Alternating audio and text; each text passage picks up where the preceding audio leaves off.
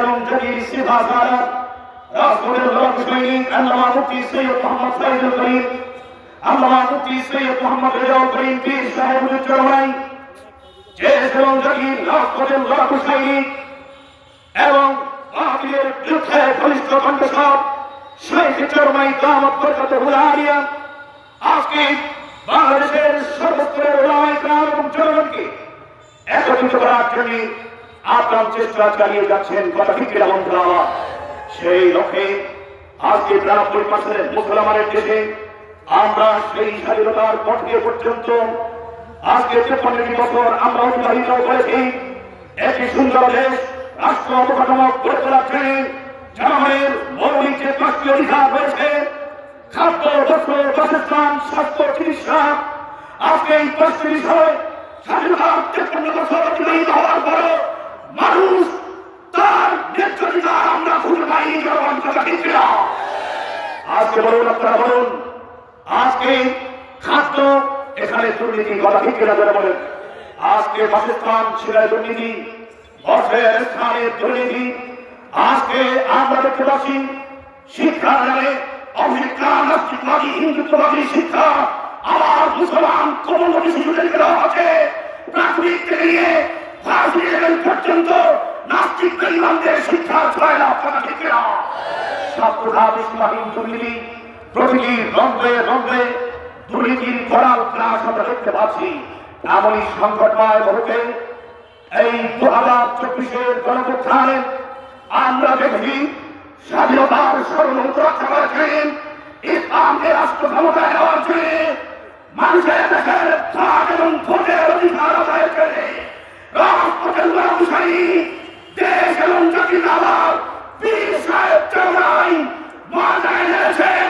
ছাত্রতার পাশে এসে দাঁড়িয়েছিলেন শাইখ চরমাই, কথা ঠিক কিনা?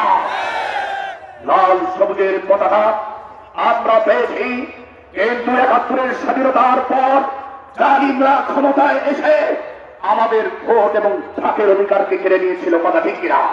অথচ স্বাধীনতা ৩টি মূল স্লোগানের ভিত্তিতে কিন্তু স্বাধীনতা আমরা অর্জন করেছিলাম। সেটা কি? সাম্য, মানবিক মর্যাদা, সামাজিক ন্যায় বিচার। সম্ভব হয়নি। আজকে গরিব, দুঃখী এবং ধনী গরিবের পার্থক্য করে আমরা একে অপরকে ছোট করেছি, বেজ্জতি করেছি এবং সামাজিক ন্যায় বিচার বিচারের নামে গ্রহণ চলছে, প্রহসন চলছে। আজকে আমরা দেখি যারা নাকি অপরাধী তারা রাস্তায় ঘুরে, আর যারা অপরাধী নয় তারা কাশ্মীরের ভিতরে আছে, কথা ঠিক কিনা? এটাকে অধিকার বলে না, এটাকে জুলুমবাজি বলে। আজকের আমরা সেই সামাজিক ন্যায় বিচার, সাম্য এবং সামাজিক ন্যায় বিচার প্রতিষ্ঠার জন্য ইসলামী আন্দোলনের পীর সাহেব চরমাই ইসলামী আন্দোলন বাংলাদেশের পতাকা তলে সমবেত হয়েছি, কথা ঠিক কিনা? আমাদের দলের মধ্যে কোন চোর নেই, কোন সন্ত্রাসী নেই, কোন খুনি নেই। এই জন্য আমরা ইসলামী আন্দোলন বাংলাদেশ করি, কথা ঠিক কিনা?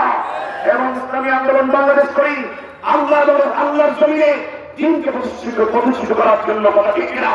পরিশেষে আমি বলতে চাই, প্রিয় দেশবাসী, আপনারা দেশের মধ্যে সবুজ, আপনারা সোনার বাংলা দেখেছেন, আপনারা সবুজ বাংলা দেখেছেন, আপনারা দেখেছেন কত বাংলা, ডিজিটাল বাংলা, স্মার্ট বাংলা।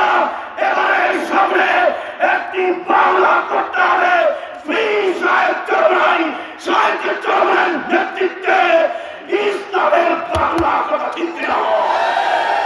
ইসলামের বাংলাকে গড়তে গিয়ে, প্রতিষ্ঠা করতে গিয়ে আমরা শাইখ চরমাইকে আজকে জনসভা থেকে আমরা মেসেজ দিয়ে দেবো, আমরা চালিয়ে দেবো ইসলামের বাংলা, ইসলামকে রাষ্ট্রীয় ক্ষমতায় নেওয়ার চাইলে হুজুর আমরা আপনার ডানে আছি, বামে আছি, সামনে আছি, পেছনে আছি। ইসলামকে রাষ্ট্রীয় ক্ষমতায় নেওয়ার চাইলে সাহাবায়ে কেরামদের মতো প্রয়োজনে বুকে তাজা রক্ত ঢেলে দিত। আমরা আজকে জনসভা থেকে নায়েব আমিরের হাতে হাত রেখে শপথ করতে কারা কারা তৈরি?